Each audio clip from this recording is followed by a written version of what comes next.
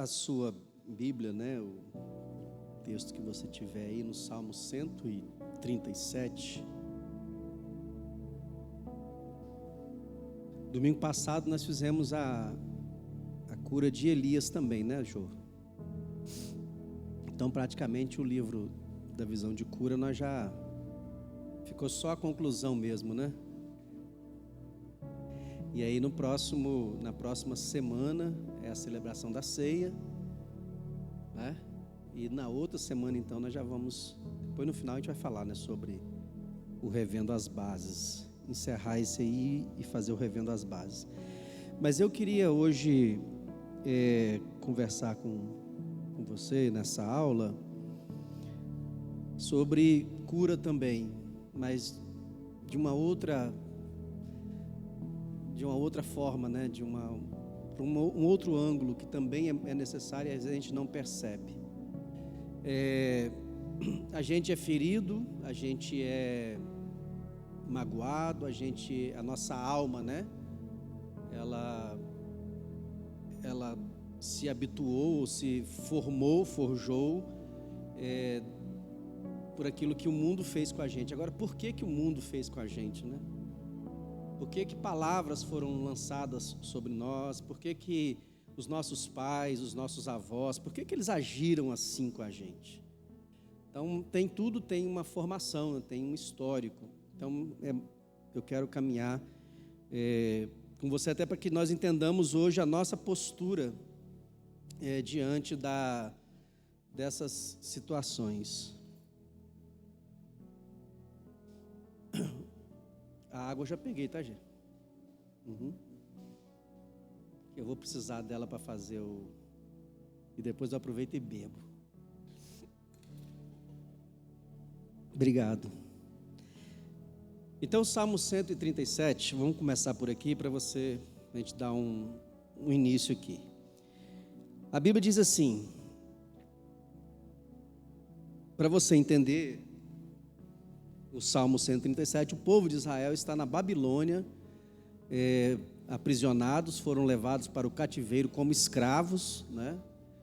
A gente já contou essa história aqui, né, um tempo atrás, e durante 70 anos o povo de Israel ficou no cativeiro como escravos na Babilônia, tá bom? E aí o Salmo 137 foi um salmo composto nesse tempo lá do cativeiro. Então, ele diz assim: junto aos rios da Babilônia, nós nos sentamos e choramos com saudade de Sião.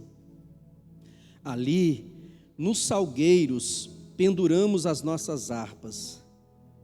Ali, os nossos captores, né, ou seja, aqueles que nos levaram escravos, pediam-nos canções.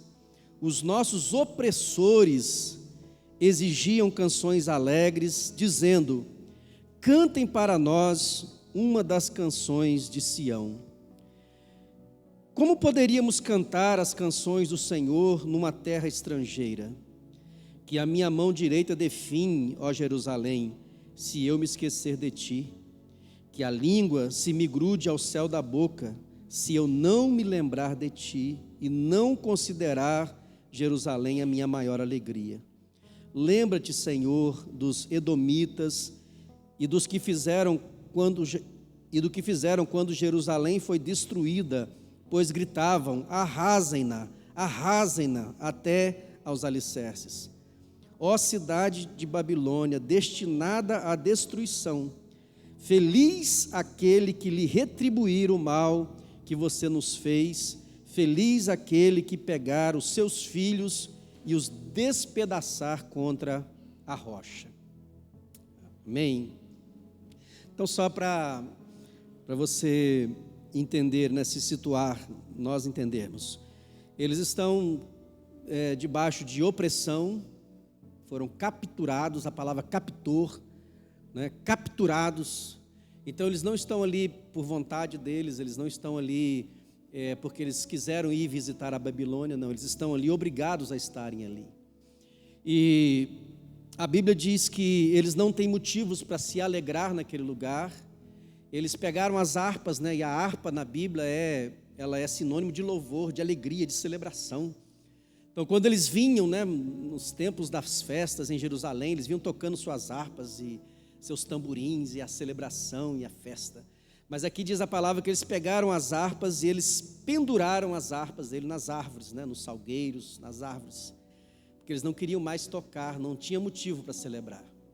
Então, como que está a alma desse povo, né, a alma dessa nação? Aí eles perguntam: como poderíamos cantar? Nós não temos motivo para cantar nesse lugar. Nós temos motivo para chorar nesse lugar. E aí, o final do texto, o versículo 8 e o versículo 9, eles declaram o povo de Israel que está na terra da Babilônia, escravizados naquele lugar, oprimidos naquele lugar, eles liberam palavras de maldição sobre aquele lugar. A Bíblia diz: ó cidade da Babilônia, destinada à destruição. A nossa vontade é que você seja destruída. Esse é o anseio do coração, da alma dos judeus lá na Babilônia. Feliz aquele que retribuir a você o mal que você está fazendo para a gente. Feliz aquele que pegar os seus filhos e os despedaçar contra a rocha. Então há uma palavra que foi liberada, né, sobre a nação da Babilônia. Eu dei um nome bem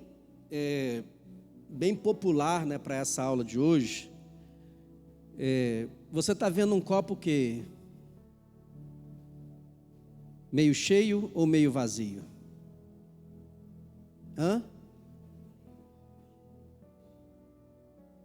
Não, vocês estão falando para me agradar.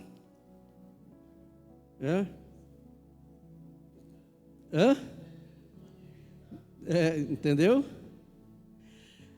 A maioria de nós, irmãos, na lida da vida, a gente sempre vê o copo meio vazio. A gente queria ter essa expectativa de como pessoas falam assim: não, falta pouco para encher. Mas na verdade a gente sempre fala e pensa que está faltando muito para ser cheio ainda. Na verdade é essa a realidade.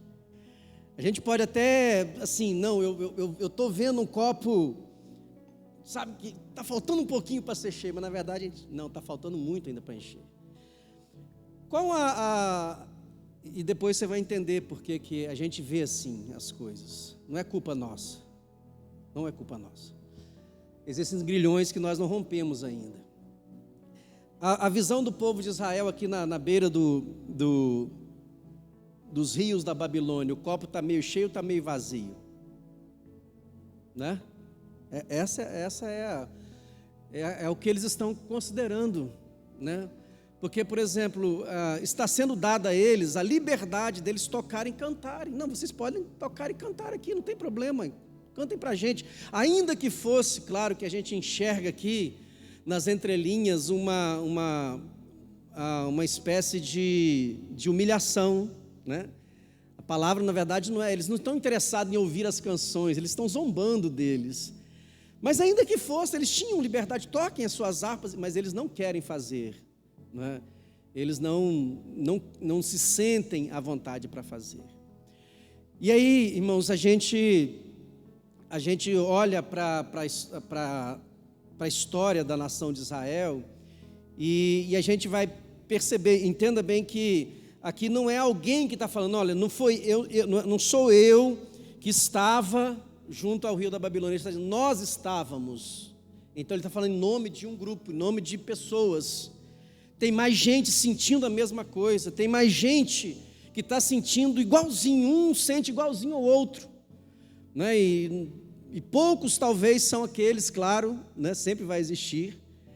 Poucos são aqueles que conseguem romper isso, e Neemias foi um desses, né? Daniel foi um desses, mas por uma questão espiritual. Agora, humanamente falando, como nação, eles realmente estão down, eles estão para baixo, eles não estão acreditando, eles não confiam mais, eles não têm mais motivo, né? Eles se lembram da cidade, se lembram da nação de Israel, da cidade de Jerusalém, e eles choram e lamentam a sorte naquele lugar. Sobre essa, começando por aqui, irmãos, eu queria então partir desse ponto para dizer para você que a nação, ela também tem uma alma. A nação tem uma alma. Por exemplo, o povo de Israel, ele ficou 430 anos no cativeiro, lá no Egito, né? Esse aqui é o segundo cativeiro da Babilônia.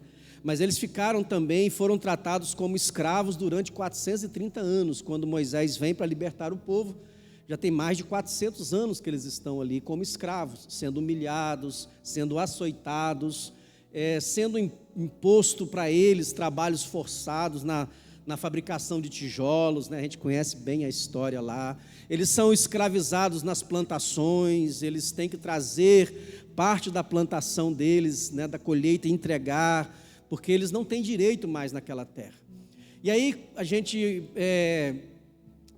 todo esse tempo no Egito, forjou a alma do povo. Tanto que quando Moisés volta para tentar libertar o povo, ele pergunta para Deus, né, em Êxodo 3, fala assim, mas eles vão perguntar quem é que me enviou. Eles não acreditam que eles vão ser libertos. O que eu vou dizer para eles? Entende?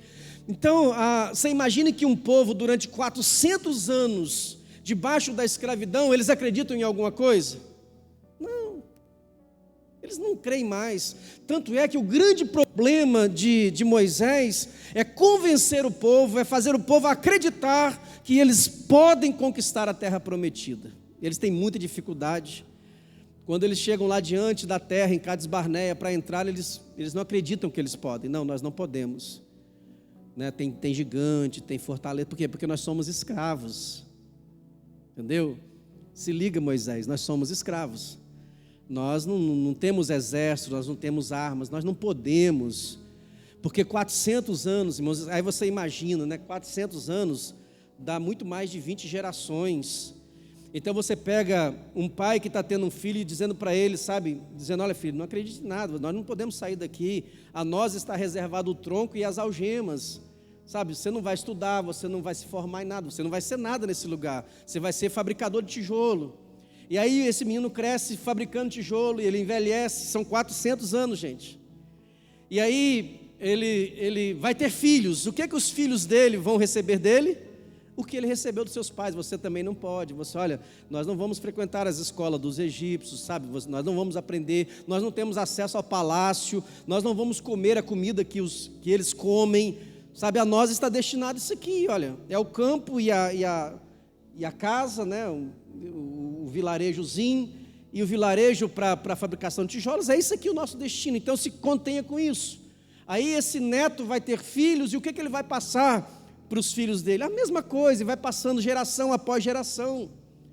Isso vai fomentando no povo inteiro uma mentalidade, uma alma, né, que vai fazer desse povo um povo completamente à mercê dos seus opressores. Eles não têm realmente nenhuma iniciativa de começar nenhum tipo de rebelião, porque eles realmente acreditam que eles foram destinados a viver debaixo dos chicotes, né, dos seus opressores.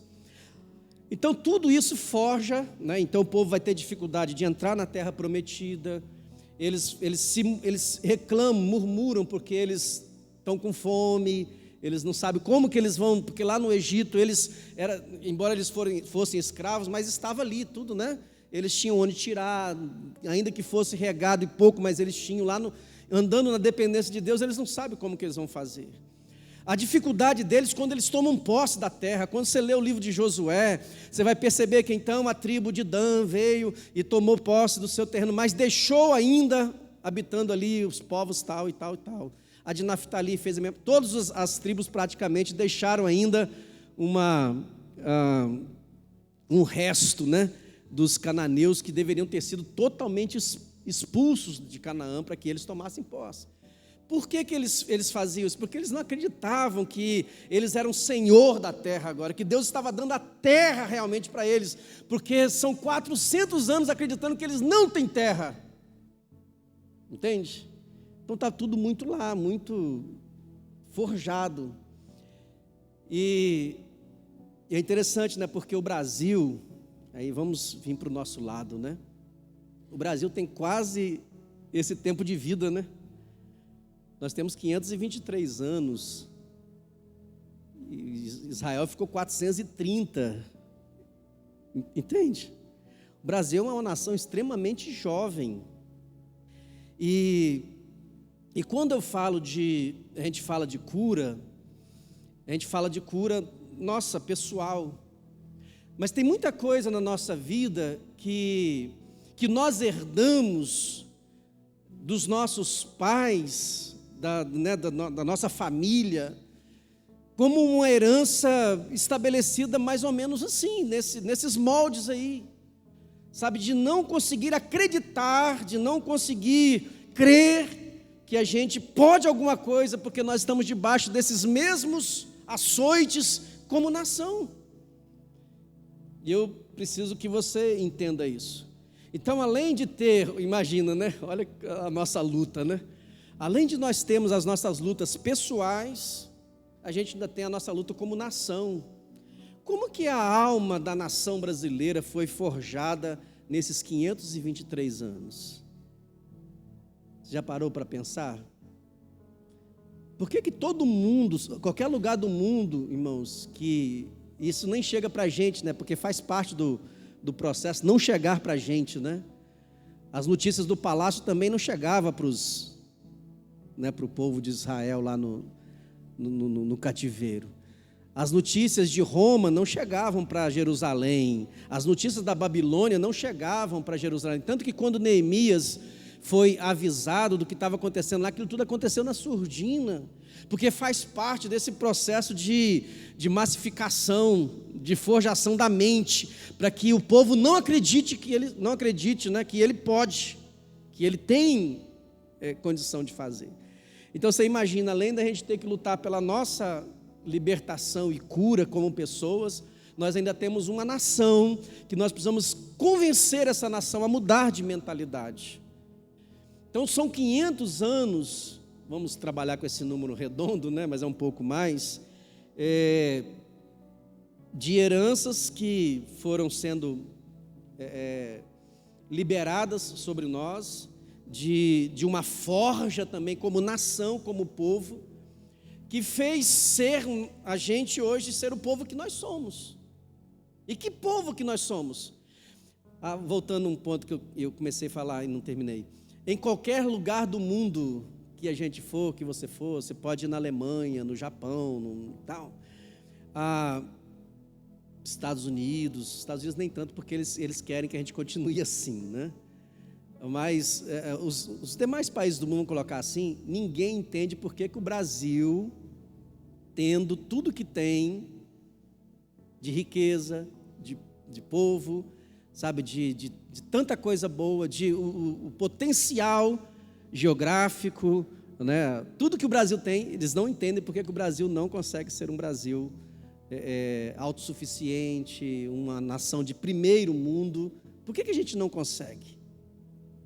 Por que a gente, embora tenha tantas possibilidades, sabe, a gente ainda continua como nação, né? Como nação, engatinhando, pedindo esmola, quase que pedindo esmola, né, para as demais nações do mundo. Então aí você vai perceber que a gente tem essa visão realmente do meio vazio. A gente é mais pessimista do que otimista. Estou falando a verdade ou não? A gente olha sempre como um olhar mais negativo sobre as questões da vida, de maneira geral. Olha, irmão, vai lá, sabe, você tem potencial. Não tem nada, entendeu? A gente, e estou falando de maneira geral, Brasil, ok? A gente não acredita na gente. A gente não consegue se convencer que a gente pode romper, né? E os grilhões foram estabelecidos durante todos esses anos como nação, e forjou em nós também essa alma coletiva, de que além de sermos curados como indivíduos, a alma da nação brasileira também precisa ser curada como nação, entenderam? Por exemplo, nós estamos aqui, né, nós temos o nome dele é até alemão, né? O Lemão, que é alemão mesmo, né? Mas aí nós já temos o Rafinha, que já é mais escurinho. A gente já é um pouquinho mais claro, né? Eu acho que sou mais claro, irmão Zé Carlos. Hã? Só parece, né? Amarelo. Nós somos amarelos. O Natan também é branco. Qual a origem, Lemon, da sua família? Italiano. Entendeu? Então vamos pensar, irmãos, de como que essa nação foi forjada. Nós somos descendentes de quê?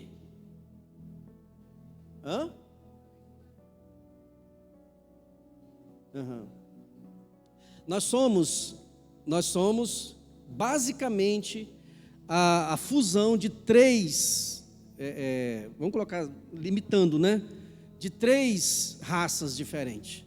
Nós somos descendentes de índio, todos nós aqui, o Lemão é italiano, mas já tem sangue de índio nele também, porque misturou de lá para cá. Nós somos descendentes de escravos, dos africanos, e nós somos descendentes dos europeus, são os italianos, que no século XIX, XX, foi a grande leva de europeus que vieram para cá por causa das guerras, né? Vieram para cá fugidos, né, de situações dos seus países.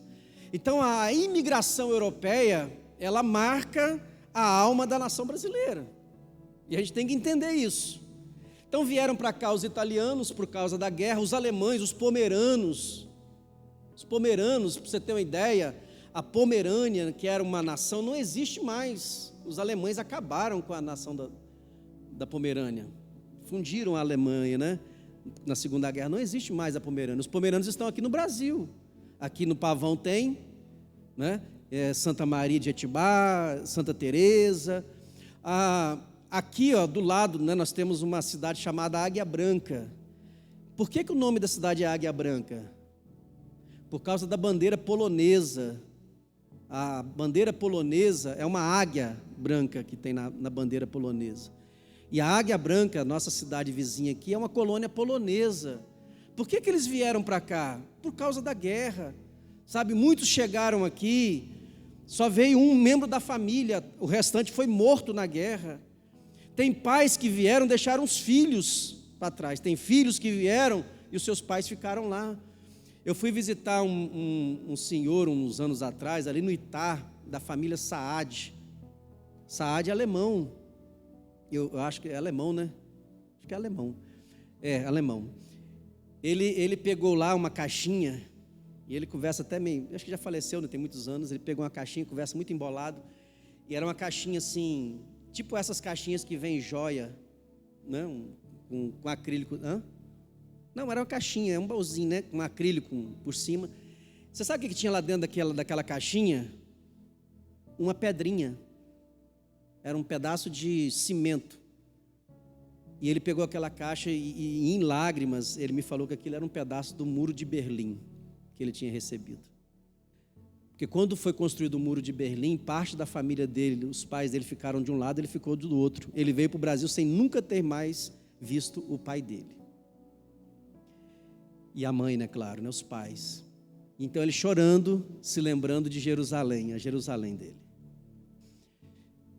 Então esse é um aspecto, essa é uma parte de sangue, não só sangue que corre nas nossas veias, mas de sentimentos que foram sendo transferidos de filho para pais, de pais para filhos, de filho para neto, entenderam? E foi passando. Então são europeus, e muitos deles que vieram para o Brasil para substituir os escravos, que, né, depois da abolição em 1888, os canaviais ficaram sem mão de obra, as lavouras de café ficaram sem mão de obra. Então os europeus vieram para substituir os escravos, sendo escravos brancos, praticamente, né? Porque em muitos casos, até hoje a gente está vendo isso aí, né? Pessoas sendo libertas de trabalhos análogos à escravidão, pessoas que trabalham ainda no nosso país a troco de comida, e comida ruim. Então esses italianos, alemães, A gente está vendo até hoje, tem na Venezuela, os venezuelanos estão vindo para o Brasil, o Haiti, há uns anos atrás, vieram para o Brasil também. Agora, qual é o sentimento desses desterrados? Eles são tirados à força, né, da terra, eles não foram trazidos como escravos, nem capturados, né, como o povo de Israel está no cativeiro, mas eles são forçados a vir para essa nação. Essa não é a terra deles, não é a vontade deles estarem aqui. Qual o sentimento que esses pais que vão começar a gerar seus filhos aqui no Brasil, há praticamente 2 séculos atrás, caso até um pouco mais, qual o sentimento que eles vão ter aqui nesse lugar? Pegou? Ok. Aí nós temos então um outro povo que nos forja a alma como nação, que são os escravos. O primeiro navio negreiro chegou em Salvador no ano de 1535. Há um lapso aí, né, uma dúvida entre 1535 e 1550, mas não faz muita diferença. Então você percebe que quase que o navio negreiro bateu no navio de Cabral, porque a escravidão já era notória e comum na Europa. Então o Brasil mal começou a sua história, já foram trazidos escravos para cá. E esses escravos vêm, e aí a situação é muito pior do que os europeus, né? Porque eles vêm para cá para viver debaixo de opressão, de escravidão. Aí sim a história dos escravos, dos africanos, ela se assemelha em muito a esse texto que nós lemos. Então você imagine que tinha navio desse que chegava aqui com 5.000, 6.000 escravos. Muitos deles morriam na viagem porque não aguentavam chegar, né? E eles desembarcavam algemados, acorrentados, aquela fileira de escravos, eram levados para um mercado, né? Esses mercados no Rio de Janeiro tem até hoje, aquele mercado antigo, aquele galpão, onde os escravos eram vendidos, comercializados. E dali eles eram levados para as fazendas de cana, de café, enfim, as fazendas Brasil afora, de norte a sul do nosso país. Esses escravos vão viver debaixo de opressão, de humilhação. Eles estão longe da terra deles, eles não falam a língua que é falada aqui, isso tem um custo altíssimo para eles, e eles vão, muitos deles, morrer realmente de trabalho forçado. Muitos escravos morriam no ato do trabalho, a exaustão, por não aguentar tamanha a opressão. Aí esses escravos, eles vão morar em senzalas, eles não têm acesso à casa grande, à casa principal, e eles vão ser tratados como animais, porcos nessas senzalas, não tem higiene nenhuma, não tem banheiro, não tem nada disso, a comida era levada em coxo para eles. Então você pega esses escravos que chegaram, eles vão ter filhos aqui, porque eles estão aqui até hoje. O que um pai de um menino escravo que nasceu vai ensinar para ele? Não é verdade? Tem jeito para nós, filho, se acomode. Vai ensinar para ele a se irar contra a vida, a viver, sabe, de maneira raivosa o tempo todo, sabe, não faça nada por vontade própria, tudo você faz no ranger do dente, sabe, você odeia aquelas pessoas que estão oprimindo você. Qual é a palavra que Israel falou sobre a Babilônia? Babilônia, o que nós desejamos é que você seja destruída. Qual é o sentimento que vai no escravo, no coração, na alma de um escravo, quando ele está debaixo da escravidão? Ele quer que o seu senhor tenha vida longa? Não.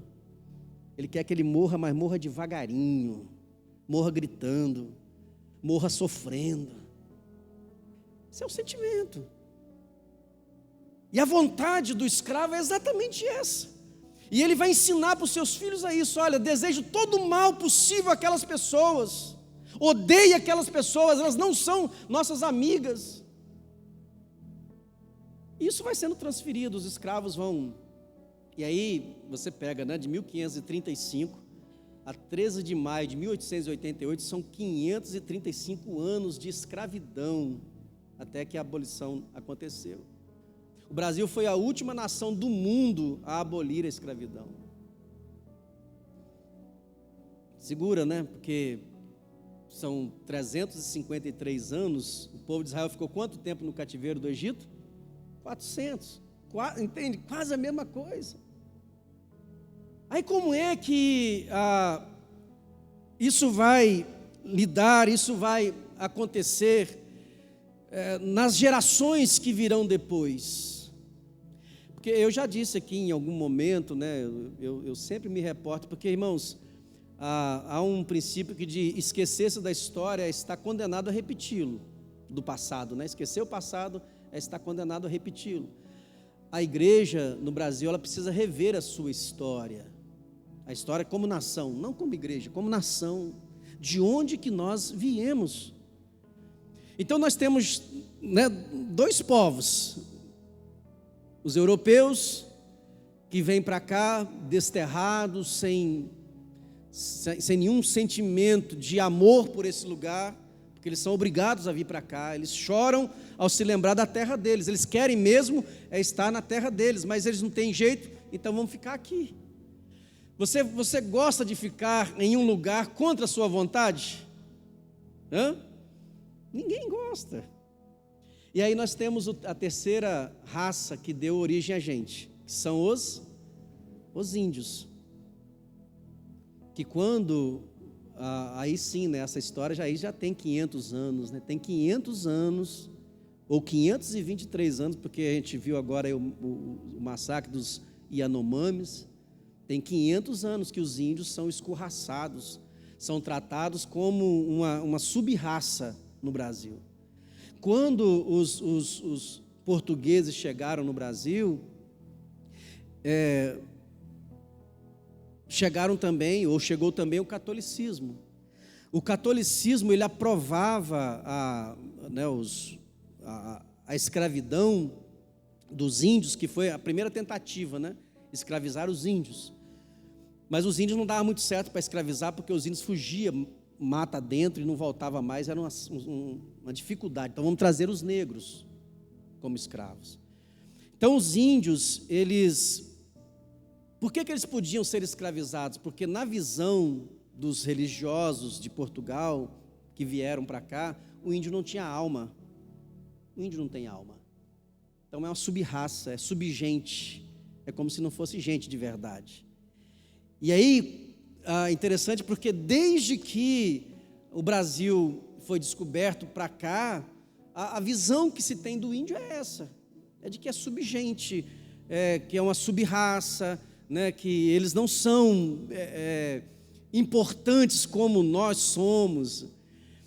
Então, como que o índio se vê debaixo de uma opressão, né, debaixo de ser tratado como um animal, escorraçado, né, tendo o seu território tomado à força, suas mulheres estupradas, violentadas? Porque a gente já ouviu essa expressão, minha avó foi pega-laço. Já ouviram isso? O que é uma avó pega-laço? Estupro, filho. Sua avó foi estuprada. Ela foi violentada pelo seu avô. Isso deu origem à sua família. E a história de, milhares de famílias no Brasil tem essa conotação. O que os senhores, dono da fazenda, faziam com as escravas? Violentavam as escravas. Muitas das escravas, né, as mais formosas, eram trazidas para dentro de casa para trabalhar na casa. E eram violentadas pelos senhores. Muitos filhos bastardos nasciam dessa violação ou dessa violência sexual. Isso foi gerando, né, a gente teve até novela, né, e no passado, que era uma história mais ou menos assim. A menina era filha de escravo, do senhor com a escrava, e nasceu ela, e aí fica ela não é nem escrava, mas também não é branco, fica no mestiço, né, que depois tomou conta do Brasil. Agora eu quero que você venha comigo para a gente entender rapidamente como é que isso funciona, né? Como é que é a alma brasileira, sabendo que essa é a nossa história, que nós somos filhos da opressão, nós somos filhos da escravidão, nós somos filhos do estupro e da violência contra as mulheres africanas e as índias. Nós somos filhos desse desterramento dos europeus, né, desse rapto, né, da memória deles, do sonho deles com a nação deles. Desses que vieram para o Brasil, no caso especificamente dos escravos africanos, vieram amaldiçoando e estão amaldiçoando até hoje a nossa nação. Que essa nação seja destruída pelo que ela fez com a gente. Que escute, né? Que outros cheguem nessa nação e façam com os filhos de vocês o que vocês fizeram com os nossos filhos. Está aqui, ó. Feliz é aquele que pegar os seus filhos e despedaçar contra a rocha. Esse não é o sentimento que os escravos tinham? Que os filhos dos seus senhores sofressem o que os seus filhos estavam sofrendo. Então a gente pega, né, esse copo, e por isso que eu disse que não é culpa nossa. A gente não tem culpa de enxergar a vida do jeito que a gente enxerga. Nós estamos debaixo desses grilhões, sabe, dessa opressão, porque os nossos pais transferiram para a gente. E quando eu falo pais, entendo, não é o nosso, né? Você está entendendo? Os nossos, aqueles que vieram antes da gente, a geração passada, a outra geração, a outra geração, a outra geração. Não tenha dúvida, né? Que não sei se é. Quem chegou aqui, irmão, da sua família? Avô, tetravô, como é que foi? Bisa, já deve ser até tetra para lá, é. Você imagina ele chegando no navio aqui no Brasil, estava todo feliz da vida, né? Agora, não, chegou chorando, com a trouxa de roupa nas costas. A não ser, claro, existem alguns casos, né, de famílias europeias que vieram com posses, né, já vieram, isso lá no começo, né, na época das capitanias lá, mas no caso dele ali, são gente que veio fugida, correndo, lutando pela vida para não morrer. Então o que ele ensinou para o filho dele? Ele falou assim: filho, nós estamos aqui, sabe, mas a nossa terra não é aqui, o bom mesmo é na Itália. Sabe, aqui tem vinho, mas vinho bom mesmo é o da Itália. Aqui tem café, mas café bom mesmo, sabe, é lá da Itália. Aqui tem. Então tudo que vai falando para ele, o melhor é de lá. Ele está falando aqui que a minha mão define se eu me esquecer de ti. Jerusalém é muito melhor que a Babilônia. Então nós fomos recebendo essa carga espiritual, forjando a nossa alma como nação, de que na verdade tudo aqui é menor, tudo aqui sabe, de fora é melhor. Não, você tem que conhecer a Alemanha, rapaz. Você tem que ir em Berlim. Você tem que ver Nova York. E fala a verdade, irmão, não é esse o sentimento que nós temos? O brasileiro, ele aprendeu a se vender, né? Ele se vende, qualquer preço. Tudo de fora, a gente tem aquela ideia de que de fora é melhor do que aqui. Por quê? Porque as pessoas que vieram, elas ficaram tentando nutrir a ideia, não foi nem mal intencionado, não. Tentaram nutrir, né, a lembrança. Você vê que os judeus não querem se esquecer de Jerusalém. Eles ficaram tentando nutrir a lembrança da nação deles. Olha, tem eu acho que a Santa Maria, né, de Jetibá, que os pomeranos são mais fortes. Lá você tem que aprender a língua pomerana. Na escola lá se ensina o pomerano também, além do português. porque eles querem manter viva, entende? Então, a ideia de que de fora tudo é melhor vem desse contexto aí, de que eu estou me lembrando de onde eu vinha, que não é meu lugar. E tudo isso foi forjando a alma brasileira, foi concebendo as nossas, né? E a gente não sabe nem por que a gente tem esses sentimentos às vezes. E não sabe mesmo, né? Porque a gente não sabe nem onde isso começou na nossa história. Porque aí foi se fundindo essas raças, né? Os italianos, os alemães que chegaram, durante um tempo eles tiveram dificuldade, né? Até existem, eu ouvi isso agora, tem um menino em Vila Pavão que me contando que quando ele foi casar, a namorada dele era morena, a avó dele não aceitava o casamento, que a avó dele é pomerana, né? Alemã, não sei. Então isso está acontecendo agora. Então essa resistência, ela sempre existiu, mas querendo ou não, ela foi acontecendo. A avó foi pegar laço, aí os senhores começaram a ter filho com as escravas, aí depois da abolição, os escravos saíram e foram formar os seus vilarejos, as grandes, na verdade, né, para humilhação nossa, a maioria das favelas, ou uma grande parte delas, começou com a chegada dos escravos na cidade, porque eles não tinham para onde ir. Foi dado para eles liberdade da escravidão, mas não foi dado nada para eles como herança, né? Eles não têm terra, eles não têm lugar para plantar, não tem nada. Saiu da porteira para lá, você se vira, eu não tenho mais responsabilidade com você. E aí eles, né, os negros, com os europeus, com os índios, foi forjando o que nós somos. Agora, como é que nós lidamos com isso? O Senhor chega para o Brasil e fala bem assim: olha, eu vou tirar vocês desse cativeiro e eu vou levar vocês para uma terra que mana leite e mel. Você falar em leite e mel para um povo de Israel, entenda bem, o povo de Israel no Egito, eles não têm acesso a leite e mel.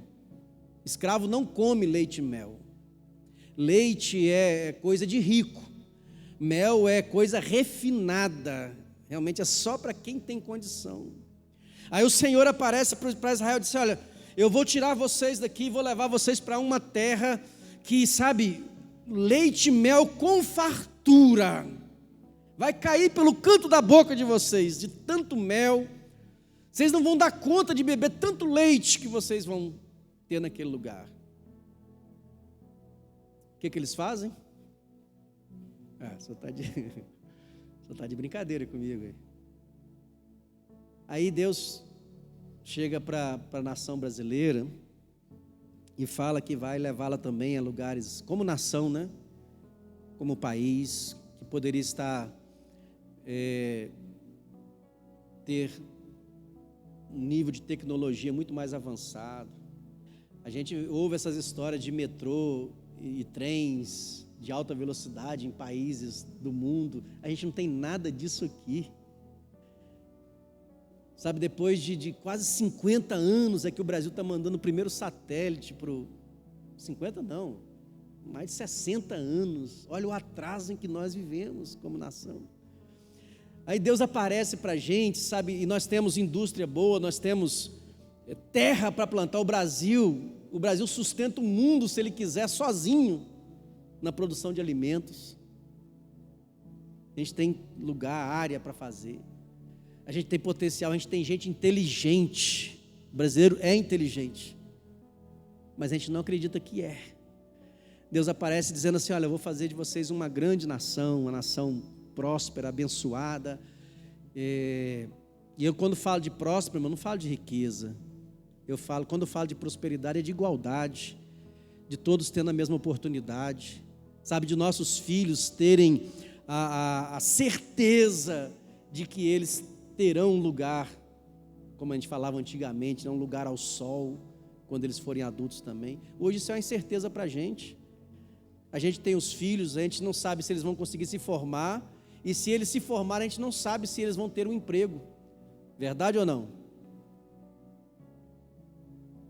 Aí Deus aparece para a gente e diz assim: olha, eu vou levar vocês para um lugar que mana leite e mel, sabe? Lugar de fartura, lugar de bênção e tal. Mas qual é a mensagem que, sabe, foi trabalhada na nossa alma como nação durante esses 500 anos? Se acomode, fique na sua. Você não foi criado para isso, você não foi gerado para isso, você é escravo. Nós temos uma mentalidade de escravo. Nós temos uma mentalidade de gente desterrada. Por mais que a gente creia, sabe, a gente queira crer, na verdade, acreditar, sabe, que a gente vai conseguir, no fundo a gente tem aquela dúvida cruel, sabe, e aí a gente acaba voltando atrás, a gente acaba recuando. E não estou falando aqui, irmão, entenda bem, eu não estou falando aqui de política, não estou falando aqui de ideologia, de nada disso. Estou falando de considerarmos como nação o que nos forjou. Deus aparece para a gente dizendo assim: olha, eu vou levar para vocês para um lugar de bênção, eu tenho um lugar assim para vocês. Mas qual é a mensagem que nós recebemos dos nossos pais? A mensagem de que nós não temos um lugar ao sol, nós fomos escorraçados. Isso tudo está aí, sabe, está forjado na gente. Então por isso que eu disse no começo, a nossa luta é grande. Porque além da gente ter que lutar com as mazelas que nós recebemos, nós temos que lidar com as mazelas que como nação nós recebemos. De que nem todos terão a mesma oportunidade. E que na verdade nem todos terão, não, nem todos podem ter a mesma oportunidade. Essa é a ideia. Os escravos não estudavam, eles não tinham acesso à escola. Os índios nem se fala, né? Eles não podiam aprender a ler, a escrever, nada disso. Não podiam dar nenhum tipo de palpite sobre nada, né? Eles eram escravos. Então, você viver 350 anos calado, amordaçado, você não pode, sabe, se expressar, você é um zero, você é ignorado, você não é gente, né? Então, tudo isso está aí, forjou a alma do brasileiro. Por isso que a gente tem essa visão do copo sempre meio vazio. A gente podia ter uma ideia diferente, né? Aí você vê assim, a gente pode pegar um exemplo, eu não mas a gente tem que dar. Você pega a nação americana, eles não tiveram esse histórico. Os Estados Unidos têm a mesma idade do Brasil, né? Praticamente. Mas é interessante porque os Estados Unidos não foram escravos que vieram, não foram, os índios não foram, uma parte mas é bem pouco, né? Eles não tinham essa quantidade de índio que tinham no Brasil, porque a região dos Estados Unidos é uma região desértica, né? Lá é tudo deserto. Lá não tem mata igual no Brasil, nunca teve. E eles não tiveram a questão dos europeus. Lá os únicos europeus que foram para lá foram os ingleses. E eles não foram para lá para explorar a terra. Eles foram para lá para montar uma nova nação mesmo, né? Tanto que tudo é novo, né? A Nova Inglaterra. Lá nos Estados Unidos a York é Nova York, porque tem a York velha na Inglaterra. Então eles vão entendendo que eles não estão explorando aquele lugar, eles não estão vindo para um lugar que eles não queriam vir, não. Eles estão ali porque eles quiseram vir, eles estão ali ampliando a nação deles. Tanto que a língua vai ser a mesma, os moldes das leis dos Estados Unidos é semelhante à da Inglaterra, tudo é realmente uma nova nação, é um espelho, né? Os Estados Unidos é espelho da Inglaterra. Então eles não tiveram eles não têm essa visão escravista que nós temos, eles não têm essa visão de pensar que tudo de fora é melhor, ao contrário, né? O problema dos americanos é exatamente o orgulho. Eles pecam pelo orgulho, por achar que tudo deles é melhor. Nós não, nós achamos que tudo de fora é melhor. Então isso forjou a gente, né? Formou o nosso caráter como nação, a nossa alma. Então por que os nossos pais transferiram essas informações para a gente? Por que os pais dizem para os filhos assim, não, você não vai dar em nada, né? Porque eles ouviram isso dos seus pais, que ouviram dos seus pais. Imagine um menino lá dentro da senzala dizendo assim, eu vou ser doutor. Hã? Não, eu vou estudar, você advogado. O que os pais desse menino vão dizer para ele? Entende? Então isso é herança, veio passando, o descrédito, a desconfiança, a humilhação, essa carga da desesperança. O povo de Israel está aqui, ó, totalmente sem esperança, né, de que eles conseguirão voltar para Jerusalém, vergonha, né, extremamente humilhados.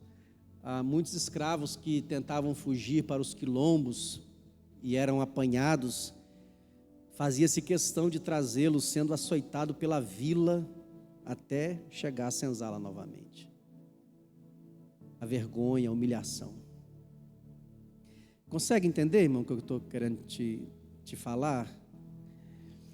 Então são 500 anos vivendo assim, debaixo dessa atmosfera, desse ambiente extremamente agressivo, depressivo, opressivo, entende? E aí a gente tem que lidar com isso, porque tem muitas coisas que você precisa entender, e a gente volta àquela palavra de conhecereis a verdade, e a verdade vos libertará. Essa é uma verdade que nós temos que lidar com ela. Tem atitudes nossas assim, de pessimismo, de descrédito, de desconfiança acerca da vida, acerca de nós mesmos, acerca do nosso ministério, acerca da nossa família, acerca do nosso trabalho. Sabe, a gente não acredita que a gente pode, porque nós estamos debaixo desses grilhões, dessas algemas. Porque a nação é assim, sabe? Nós somos filhos dessa nação. Somos filhos de Joquebede no Egito, acreditando que nós vamos morrer sendo escravos, que nós não temos acesso. E é interessante porque tudo é feito, né, para manter a gente debaixo disso aí. Porque uma das ações mais violentas contra quem está debaixo de opressão é justamente tirar toda a motivação, toda possibilidade dele acreditar que ele pode viver algo diferente daquilo que ele está vivendo. Eu vou dar um exemplo só para você entender o que eu estou te falando. A gente vê, eu vejo muito postagem, né? Assim, você vê, hoje é muito mais comum isso. Mas, por exemplo, comprar carro no Brasil. Comprar carro no Brasil é quase uma estratégia de guerra para os pobres. Não é verdade? Uma moto. Aí olha a estratégia que eles usam. Eu vejo de vez em quando a pessoa lá posta, né? Pegando um carro novo, tira foto do lado. Legal, uma conquista, né? Ah, tá, ter carro no Brasil é uma conquista. Guarde isso. Aí a pessoa está lá pegando a moto dela. Aí sabe o que eles colocam assim no enunciado, a empresa que está vendendo o carro? A realização de um sonho. Entende qual é a mensagem? Olha, todos deveriam ter moto, bicicleta, deveriam ter o que quisesse ter. Mas quando você mantém a maioria do povo acreditando realmente que aquilo é um sonho, porque sonho, quando a gente coloca sonho, é uma coisa não parece muito elevada. Há um tempo atrás, o próprio governo, muitos anos atrás, lançou uma campanha, né, lá no final da década de 70, 80, o sonho da casa própria. Ter casa própria no Brasil é um sonho. Você entende, querido, o que eu estou querendo te falar? Há todo um processo de manter esse povo naquela situaçãozinha mesmo de lá, olha, tipo assim, olha, você não vai conseguir isso não, rapaz. Olha, por que ter uma motozinha é um sonho? De onde eles tiraram isso? Deveria ser uma consequência natural da vida. Por exemplo, há uma outra situação. Você vê aí anunciado, antigamente era no jornal, né? E eu já procurei muito emprego no jornal. Antigamente tinha um jornal, não tinha? Aí tinha uma parte do jornal que era oferta de emprego. Quantos já ouviram essa expressão? Agora ainda sai nas redes sociais, oferta de emprego. Você já parou para pensar nessa frase? Está certa a frase? Não, hein? Não é quem está precisando que está ofertando. Quem precisa de empregado é necessitado. Quem está vendendo a mão de obra que está ofertando. É o contrário. Eles mudaram a relação, a direção da coisa, sabe, para nos diminuir. Não, eu preciso de trabalho, então, puxa, fulano me deu uma oferta de trabalho. Não, gente, está totalmente errado, porque sou eu que estou vendendo, ele não paga para mim. Olha, se você está precisando, o senhor está precisando de um porteiro lá para o seu prédio Sampaio. Quem é o necessitado aqui da situação? É ele aí. Se ninguém for, ele tem que tomar conta do prédio. Então sou eu que estou ofertando a minha mão de obra e estou cobrando por ela. E é interessante que eles inverteram a situação de maneira que quem precisa é que põe preço. Quando é que você viu isso? Quem é dono é que põe preço. Por exemplo, eu tenho um carro para vender, eu estou vendendo meu carro por 20 mil, aí o Carlinhos chega para mim e fala assim, não, olha, gostei do seu carro, eu dou 5 mil nele. Não, filho, aí, sou eu que estou vendendo, quem põe preço sou eu. Mas na questão de trabalho né, trabalhador e patrão, eles inverteram a ordem das coisas, para nos diminuir ainda mais. E nos países, não é só no Brasil isso não, né? Nos países de terceiro mundo a coisa é feia. Olha, se eu vou te dar a força dos meus braços para o trabalho, a minha mente, para a sua empresa, para o seu negócio, não sei o que lá, sou eu que estou te vendendo o serviço, não é você que está me dando. Consegue entender isso, gente? Está claro ou não? Sou eu, é a minha força. Quem chega cansado no final do dia sou eu. Então você está pagando pela minha força. Então quem põe preço sou eu, não é você. Só que o que nós fizemos hoje? Nós nos sujeitamos. Então eles chegam lá e falam assim, olha, é R$1.400. E eu tenho que ir, porque é uma oferta. E ainda saio feliz da vida, sabe? Saio pulando de alegria. É uma inversão. Mas a visão de escravo vai aceitar isso facilmente, porque é melhor isso aí do que ser escravo. Então há todo um processo no mundo de manter a massa, e não estou aqui sendo precursor de nenhum tipo de rebelião, nada disso não, estou falando para você entender a nossa situação como pessoa. Mas existe todo um processo de manter o povo aquietado, sabe? Porque na verdade o povo é que tem poder, né? De mudar as situações e as circunstâncias.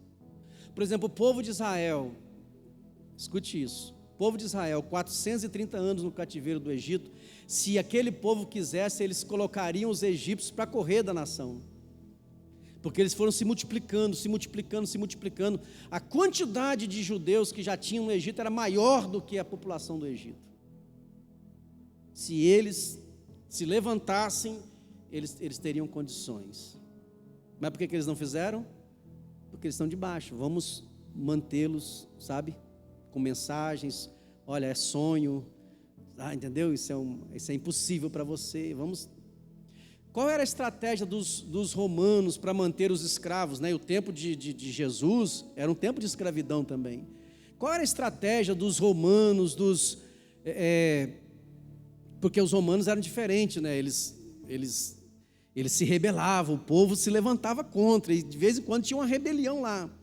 E o que os imperadores romanos faziam para sossegar a rebelião, para manter o povo acomodado? Pão e circo. Já ouviram essa expressão? Pão e circo. Pesquisa lá no Google, vai na biblioteca.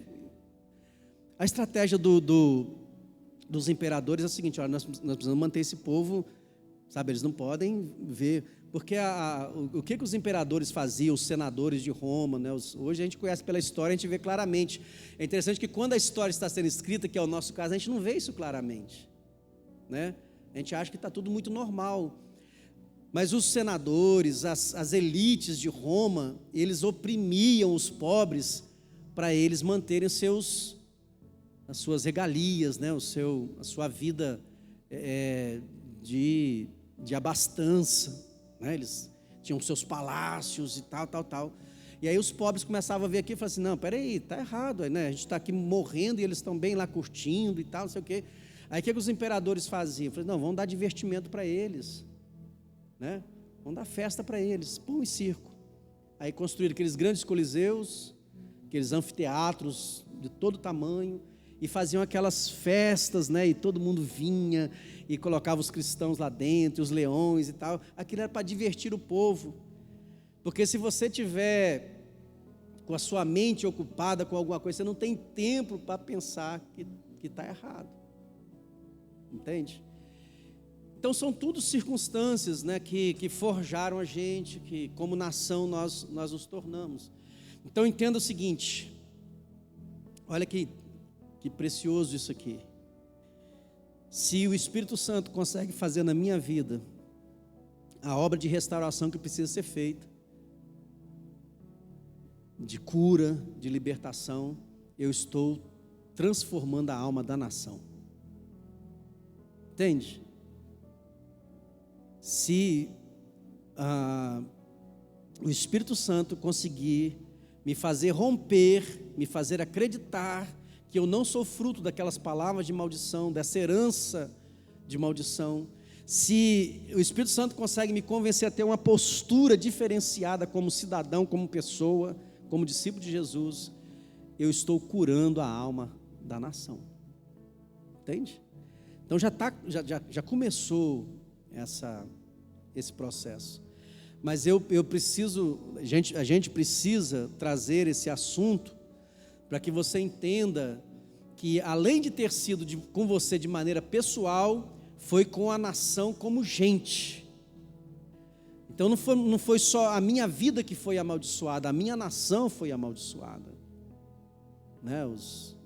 Durante esses 500 anos de nação. Então eu creio que chegará um tempo, né, em que nós romperemos esses grilhões e nós seremos levados, né, a lugares mais elevados. A nação do Brasil é uma nação com promessa de grande avivamento, né, de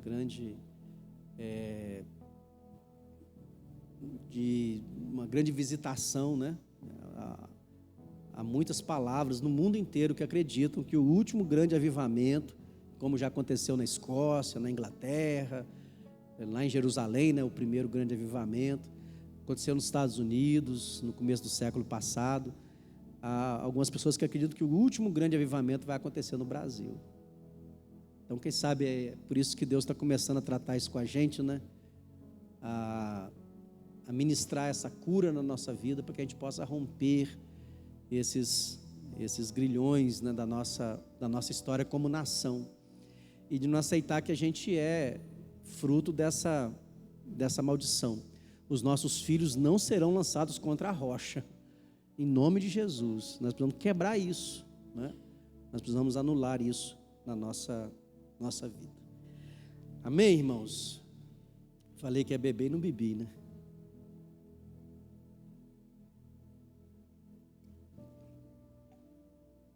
Alguma palavra, alguma pergunta?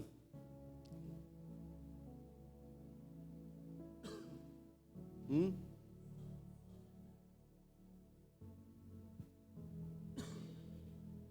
De quê?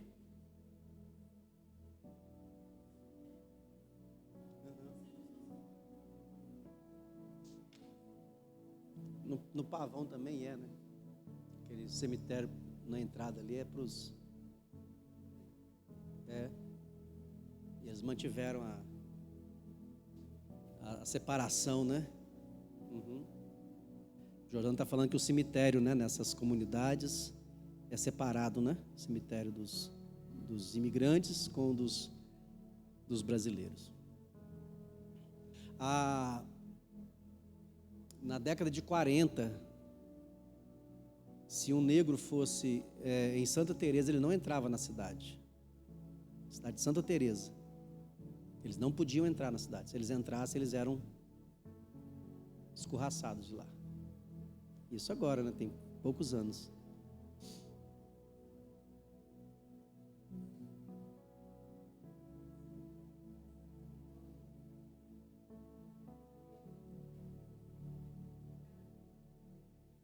Uhum.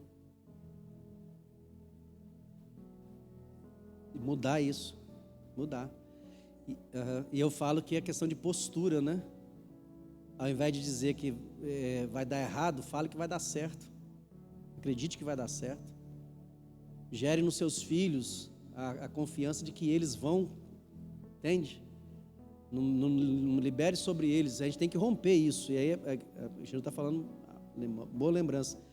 A cura, irmãos, eu estava falando para uma pessoa essa semana, cura, libertação, ela tem muito a ver com postura, posicionamento. Não, a partir de agora vai ser assim na minha vida, né?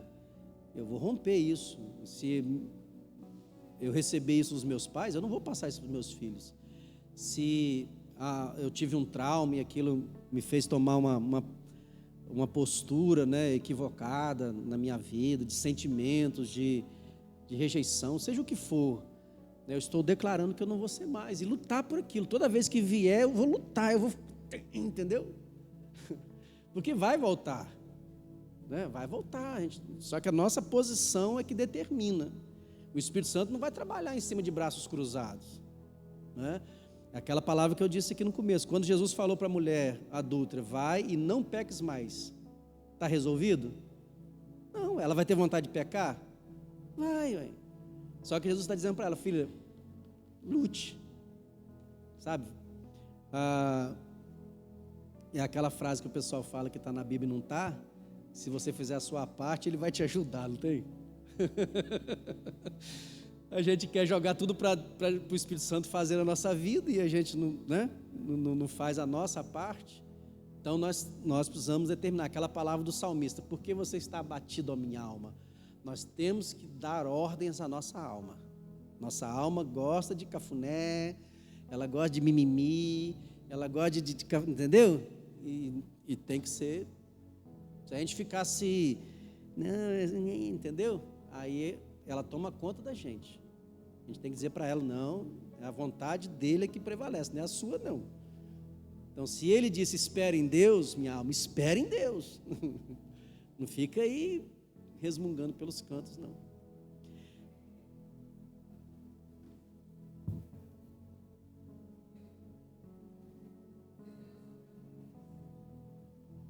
Só um pouquinho, abaixa um pouquinho a música e Marquinhos para a gente. Faz favor, só para a gente ouvir aqui. Aham. Uhum.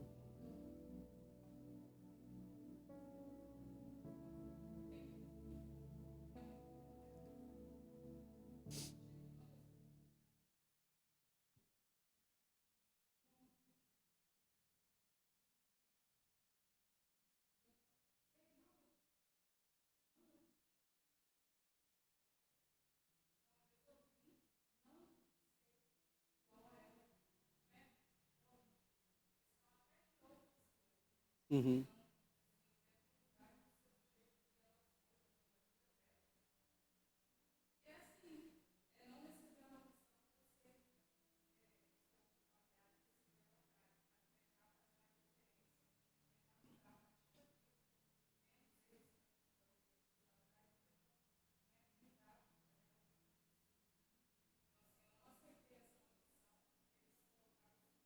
Amém.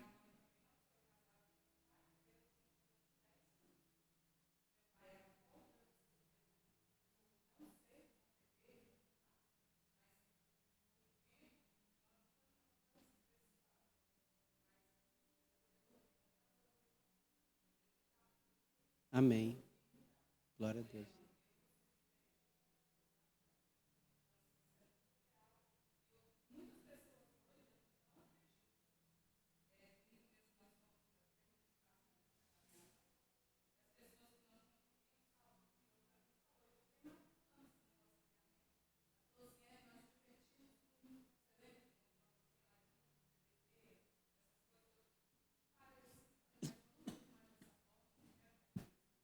Amém. Isso. Glória a Deus. E a maldição, a gente está lendo a Bíblia, Provérbios fala que a maldição sem causa não encontra ninho, né? Então, se a maldição vier e ela não tiver lugar, ela não permanece. A ideia do ninho é aquela do passarinho que vem, fez o ninho e fica ali, né? Chocando na vida da gente. Isso aí, Bia. Então, continua firme, né? E todos nós estamos nessa mesma batalha, né? Nessa mesma peleja aí.